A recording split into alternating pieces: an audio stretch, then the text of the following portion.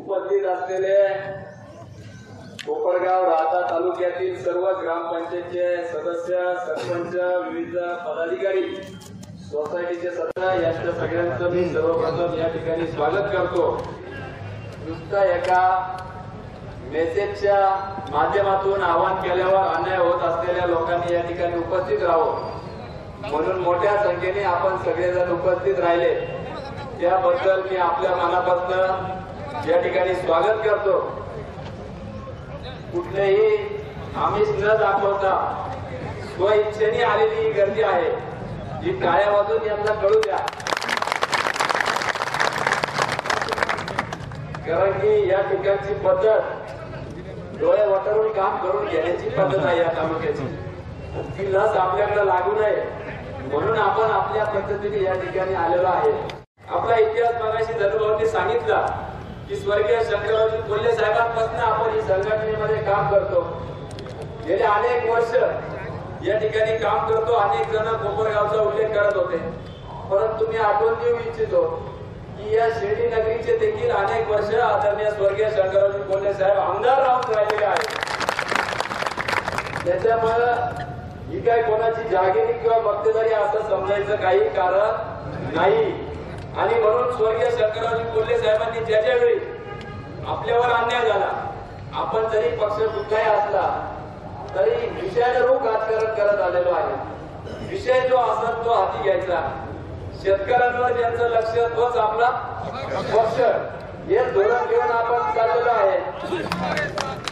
दीन दलित गरीब दुबळ्यांवर ज्यांचं लक्ष तोच आपला पक्ष, हे धोरण घेऊन आपण कायम चाललेलो आहे। अधिकारी आलेले का वाड्यावरून फोन आला या ठिकाणी अनेक वक्त्यांनी माझ्या आधी सगळे मुद्दे घेतलेले आहेत। बोलण्यासारखी खूप मोठी यादी आपल्या हातात आहे। ही वेळ आपल्यावर का आली?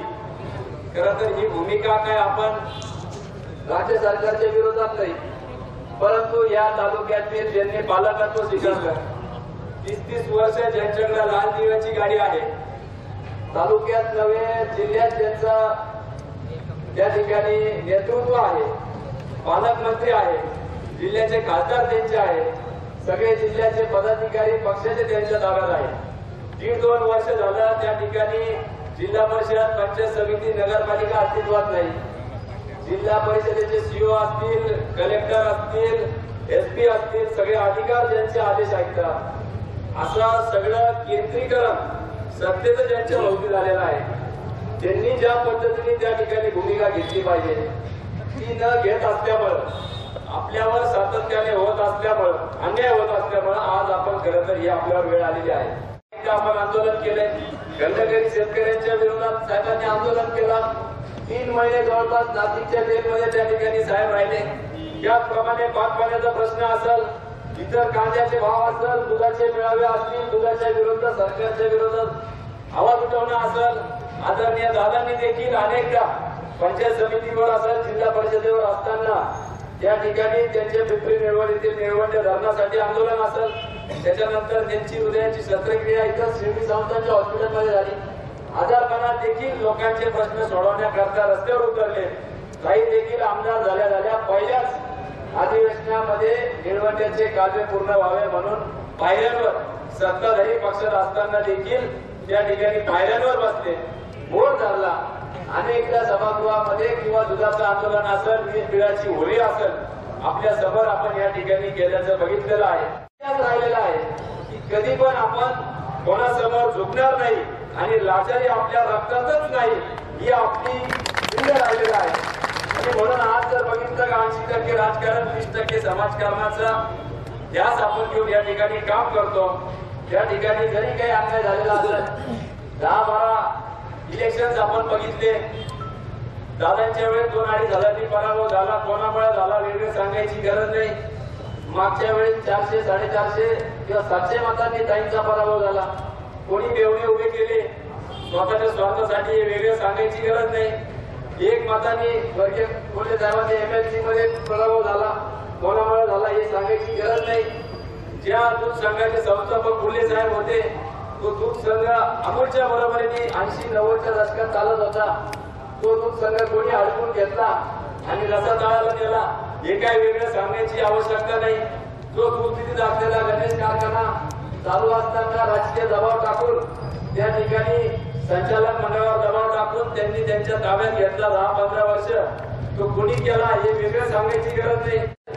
तरी त्या ठिकाणी राजकारणाचा भाग म्हणून क्षणिक तो विषय होता आणि आपण कायम तो सोडून दिला. अनेकदा आपण संवत्सर ग्रामपंचायती बिनविरोध सोडून दिल्या, पंचायत समितीसाठी मेवण्यांना जागा सोडल्या, जिल्हा परिषदेला जागा सोडल्या. याच आशेने की कधीतरी हे सरळ वागतील. 2 पिढ्यांनी त्यांचा अनुभव घेतला. मी म्हणता नाही आता 3री पिढी आपण संबंध सुधारून घेऊ. शिवाजी दादा या ठिकाणी आहे. धनुभाऊंनी त्यांनीच माझी गाडी अडवली होती खरं तर गणेश कारखान्याच्या वेळेस. पण त्या आधी आपल्या मार्केट कमिटीचे सभापती साहेबराव पाटील बोलले या ठिकाणी.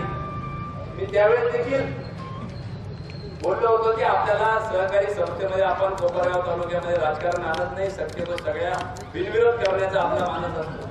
तशा पद्धतीने आपण मार्केट कमिटी बिनविरोध केली.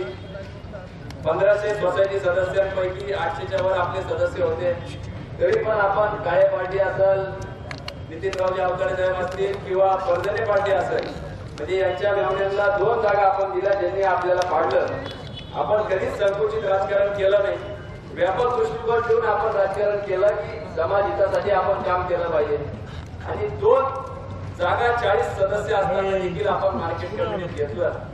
आणि त्याबद्दल आपण आपल्या इथं 10 गावातील कार्यकर्त्यांनी 10% मतदान असताना देखील या ठिकाणी आपले फॉर्म भरलेले होते मार्केट कमिटीमध्ये. डॉक्टर लब्बे या ठिकाणी आहे. त्यावेळेस मी खासदार सुजय विखेंना फोन केला की आपण आपल्या मामांचे 2 जागा आम्ही घेतलेल्या आहेत. आपण एकाच पक्षात आहोत. आमचे देखील 2 जागा आपण त्या ठिकाणी घ्याव्यात. आमची अशी अपेक्षा आहे. तुमचे जेवढे इथं मतदान द्यायचं तरी कितीतरी पटीने आमचं मतदान त्या ठिकाणी आहे. परंतु त्यांनी स्पष्टपणे नकार दिला. त्यावेळेस सांगितलं की आता शक्य होणार नाही. पुढे गणेश कारखाना, जिल्हा परिषद, पंचायत समिती सगळं आम्ही सन्मानाने तुम्हाला सहभागी करून घेऊ. मी म्हटलं 2 मिनिटं थांबा. सगळे कार्यकर्ते उपस्थित आहेत. मी स्पीकरवर टाकतो, तुम्ही स्पीकरवर कार्यकर्त्यांना शब्द द्या. दादा तुम्ही होते त्या मिटिंगला. स्पीकरवर टाकला. खासदारांनी सांगितलं की काहीच काळजी करू नका, गणेश कारखान्यात तुम्हाला घेतो, जिल्हा परिषद घेतो, पंचायत समितीत घेतो. पण ठेवल्या आपले ज्येष्ठ मंडळी म्हणते भैया तुम्हाला हे माहित नाही, फसवणार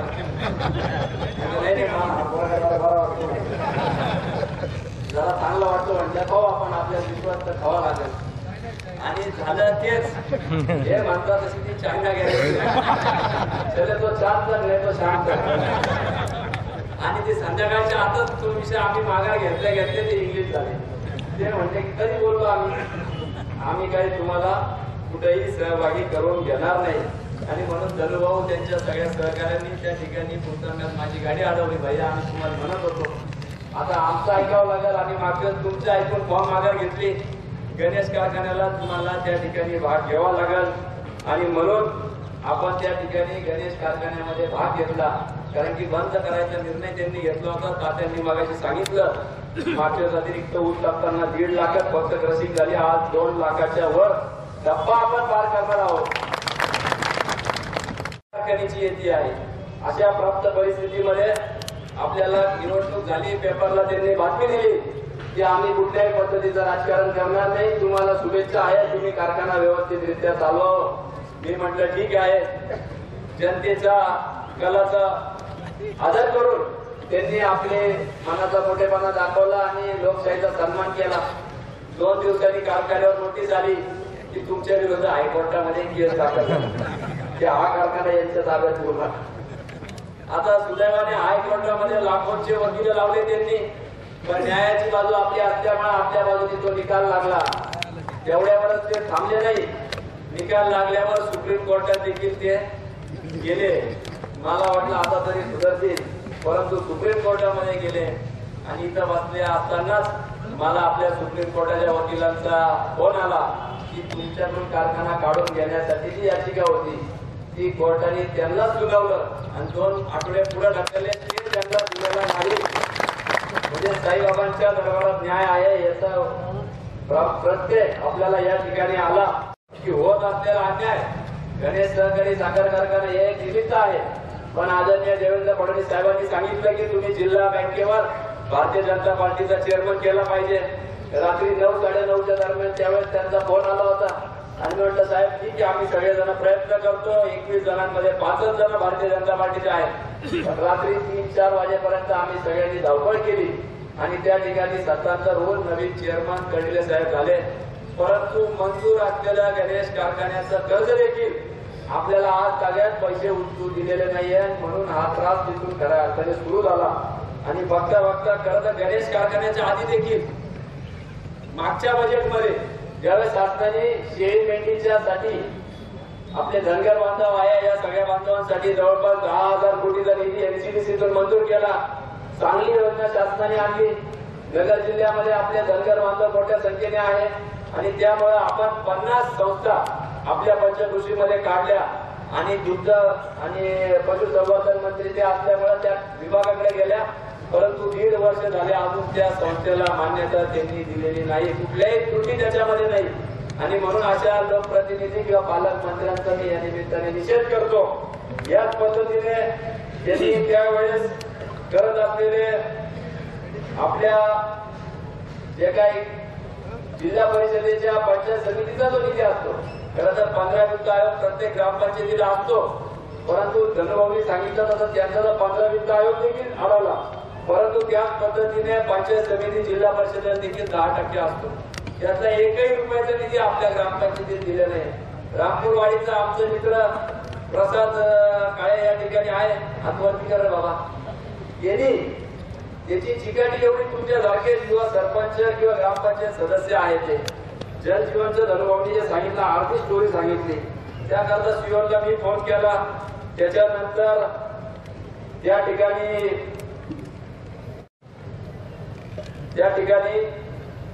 त्यांनी काहींनी फोन केला, कलेक्टर ऑफिसला फोन केला, जल जीवनच्या सगळ्या योजनांसाठी त्या ठिकाणी फोन केला, परंतु त्याला न्याय मिळाला नाही. वारंवार तो पालकमंत्र्यांच्या मिटिंगला गेला, पालकमंत्र्यांना विनंती केली, पालकमंत्र्यांनी देखील त्याची अर्ज घेराच्या टोपली दाखवली. त्यानंतर त्यांनी कलेक्टर ऑफिस मध्ये गेला, त्या ठिकाणी वरतून उडी घेतो म्हणून तो पळाला. तेव्हा सगळे जागे झाले, बरोबर नाही, त्याला तेव्हा आश्वासन दिलं. एवढंही करून त्याचं काम झालं नाही. शेवटी काल परवा तो विधान भवनात गेला, तो आमदार भेटत त्याला तिथं विनंती करत होता. देवेंद्रजी फडणवीस साहेबांना आवाज देऊन त्यांनी तिथं थांबवलं आणि त्याची व्यथा मांडली. विरोधी पक्ष नेत्यांना सांगितलं, सत्ताधारी आमदारांना सांगितलं आणि आधी का आता वर पाडलं, कालच त्याला तिची वर पाडून त्याला पण असं जर प्रत्येक ग्रामपंचायतीला करायचं म्हटलं तर आला जास्त पसरत. प्रत्येकाने अशी भूमिका घ्यायची म्हटलं, मग अशी आलो एवढे म्हटले मग सगळे एकत्रितच चला मुंबईला. असं किती दिवस आपण सहन करायचं? हा काही चेष्टेचा प्रश्न नाही. आपण सगळेजण या ठिकाणी काही स्वतःच्या कामासाठी आलो नाही. अधिकारी जर वळूवाला आला म्हटले असते तर पहिल्या गाडीने लगेच आपलं काहीतरी मालपाटी घेऊन कोणतरी आलेला दिसतोय. पण आज आपण जनतेच्या प्रश्नासाठी उतरलेला आहे. आपला कोणाचाही स्वार्थ या ठिकाणी नाही. ही सगळी मंडळी लोकयुक्त सरपंच 1,500-2,000 हजार मतांनी या ठिकाणी निवडून आलेले.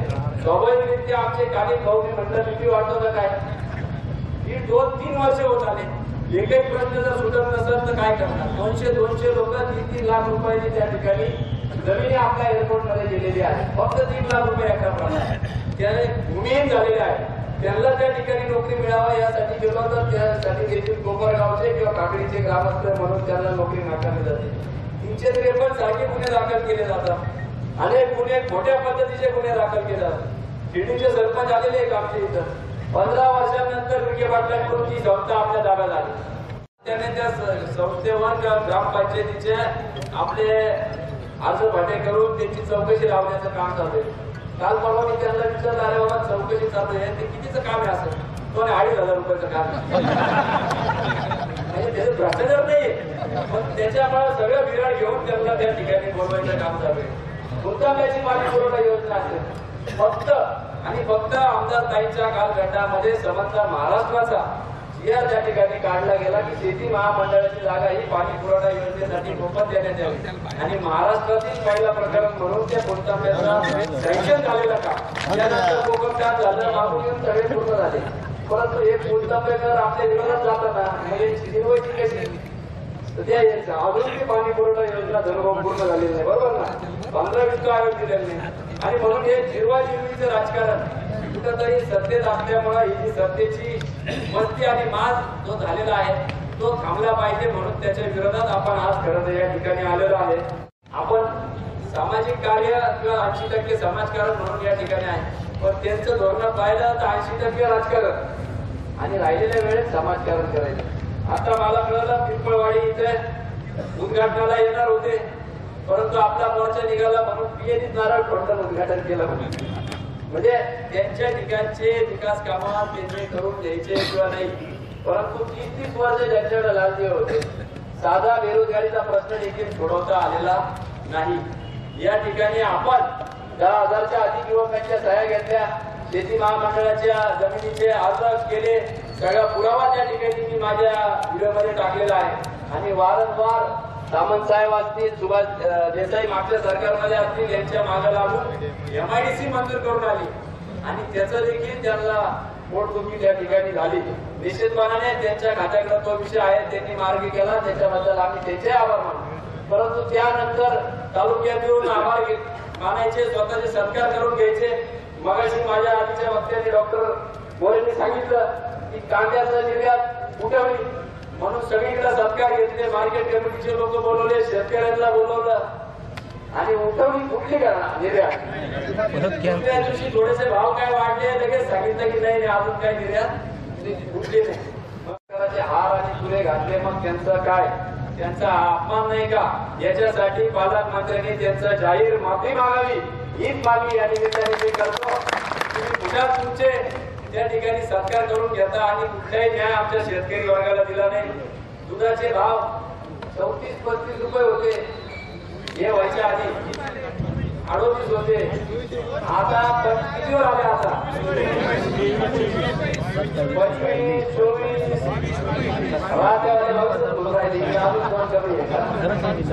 म्हणजे अशी परिस्थिती आज दुधाची झालेली आहे.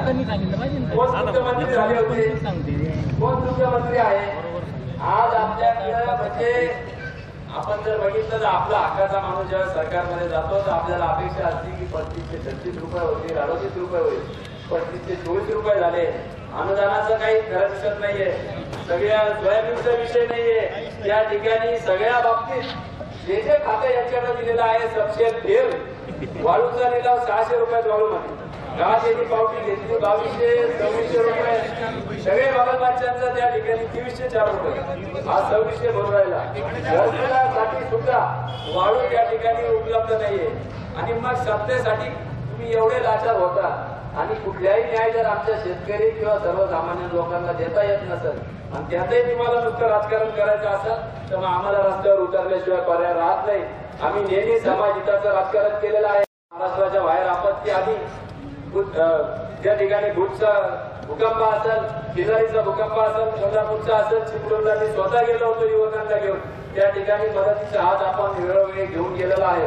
म्हणजे आपण कधीही राजकारणाकडे राजकारण म्हणून बघत नाही. एक समाजसेवेचं माध्यम म्हणून आपण या गोष्टीकडे बघत आलेलो आहे. परंतु सातत्याने याची जी काय विश्वास ठेवून देखील फसवण्याची वृत्ती आहे किंवा अन्याय करायची जी वृत्ती आहे त्यामुळेच आपल्याला खरं तर या ठिकाणी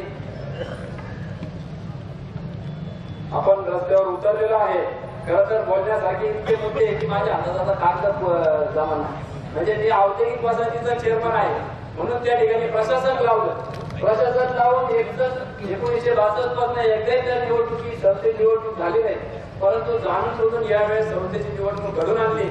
माझ्या विरोधात उमेदवार उभे करायचा प्रयत्न केला तरी पण जनता जनार्दन ही बरोबर असल्यामुळे तिथं आम्ही 15 विरोध केलं आणि पुन्हा तिथं देखील जनता विरोध आणली. आणि म्हणून सातत्याने माझं म्हणणं आहे की त्यांनी याचा विचार केला पाहिजे. श्री गणेश सहकारी साखर कारखान्यामध्ये लोकांनी त्यांना घरी बसवलं. शिर्डी संस्थांची क्रेडिट सोसायटीमध्ये त्यांना घरी बसवलं. फुलतंबा असेल वाकडी असेल या सगळ्या ठिकाणी चितळी असेल, अनेक ग्रामपंचायती राज्य तालुक्यामध्ये सत्तांतर होऊन आपल्या विचारांचे लोक आलेले आहेत. परंतु जितू भाऊ राजू मागाशी म्हटल्याप्रमाणे दलित वस्ती निधी 16 कोटीचा पंचवार्षिक आराखडा त्या ठिकाणी सादर केलेला आहे. बरोबर निवडून आपल्या ग्रामपंचायतीतील लोकांना त्या ठिकाणी दलित वस्ती निधी दिलेला नाही. तांडा वस्तीच्या निधीसाठी त्यांची शिफारस लागती, पंचायतीचा दिलेला नाही. त्याच प्रकारे ठक्कर बाप्पा असेल, जन सुविधेच्या आपेगावची त्या ठिकाणी स्मशानभूमीला जायला रस्ता नाही.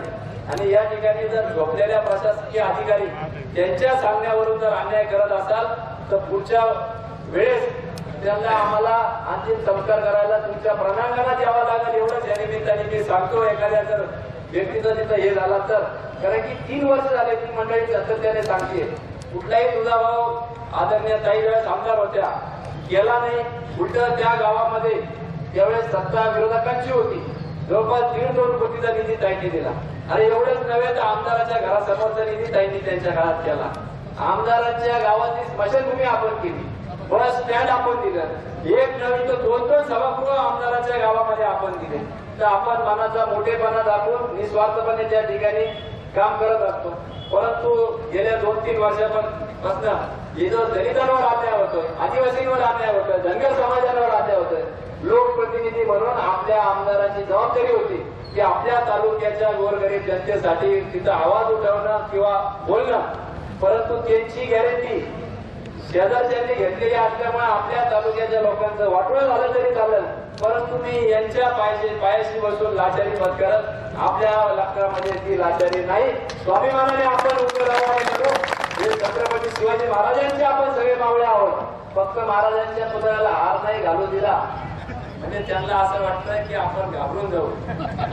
त्यांना मी एवढं सांगू इच्छितो की हा कोल्हे साहेबांचा नातू आहे, हा कोल्हे साहेबांचा वारसा आहे. त्या ठिकाणी लौकीच्या ग्रामपंचायतीमध्ये आपण बघितलं, निवडणूक निर्णय अधिकाऱ्यांनी निर्णय दिला की हे सीट अपात्र आहे, यांनी व्हॅलिडिटी किंवा त्यांचा जातीचा दाखला जोडलेला नाही. अपात्रचं त्या ठिकाणी डायरीला नोंद झाली. 5 वाजता प्रोसिडिंग क्लोज झाली.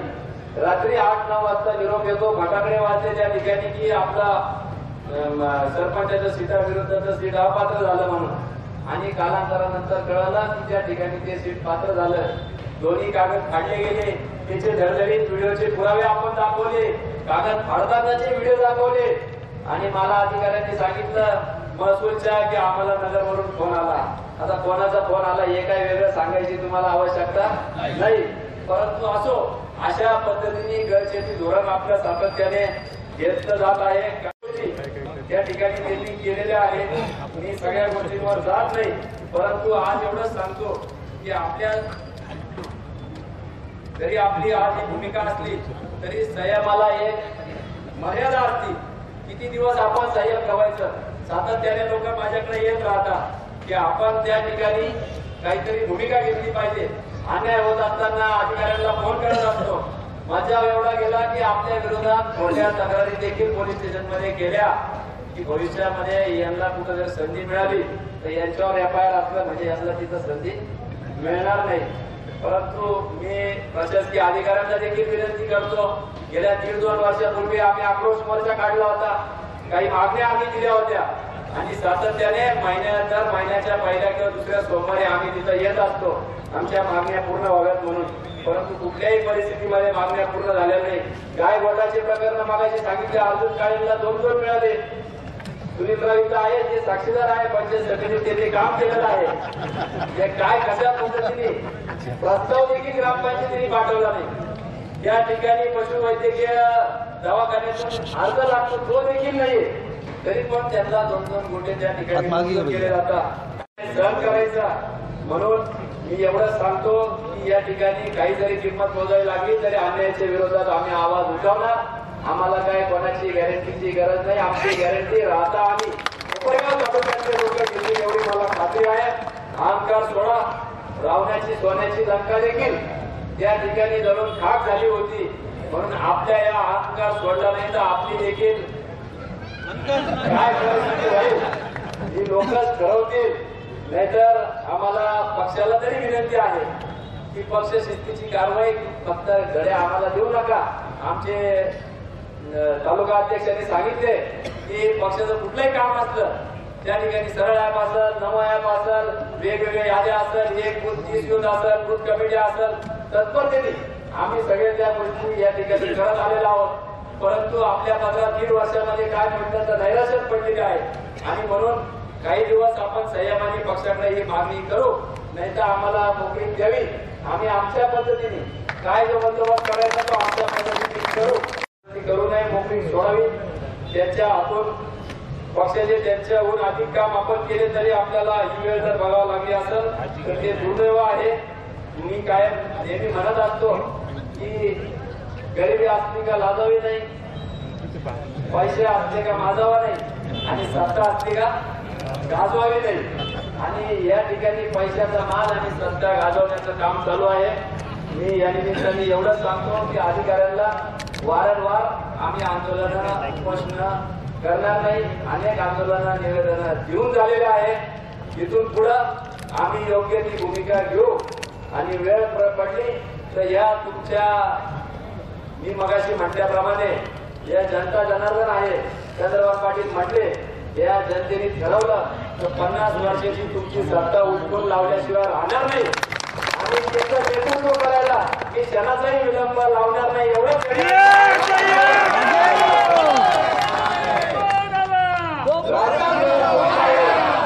राजकीय कुठल्याही याची पर्वा न करता ही शेवटची संधी आहे. अजून एक वेळ गेलेली नाही. परंतु एकदा जर बाण सुटला तर मी या ठिकाणी जाहीरपणे सांगतो आमच्यावर जर अन्याय होत असला तर या राहत्या मतदारसंघात कळ टोकून या ठिकाणी मी काम करायला सुरुवात करेल आणि सांगतो या ठिकाणी जाता जाता बदलना है, कारवा बदलना है. लोगों को जीतने का उनकी किस्मत बदलेगा बदले.